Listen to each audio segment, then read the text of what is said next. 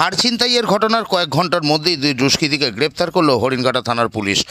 সূত্রের খবর, মঙ্গলবার সন্ধ্যায় হরিণঘাটার জাগুলি এলাকায় এক যুবতীর গলা থেকে সোনার হাড় ছিনতাই করার ঘটনা ঘটে। সেই ঘটনায় মোহনপুর তদন্ত কেন্দ্রে ওই যুবতী অভিযোগ দায়ের করলে ঘটনার তদন্ত শুরু করে বিভিন্ন সিসি ক্যামেরার ফুটেজ থেকে দুই যুবককে গ্রেপ্তার করে মোহনপুর তদন্ত কেন্দ্রের পুলিশ। পুলিশ সূত্রের খবর, ধৃত দুজনের বাড়ি শান্তিপুর থানা এলাকায়। বুধবার আনুমানিক বেলা 1টা নাগাদ ধৃতদের কল্যাণী আদালতে পাঠিয়েছে হরিণঘাটা থানার পুলিশ।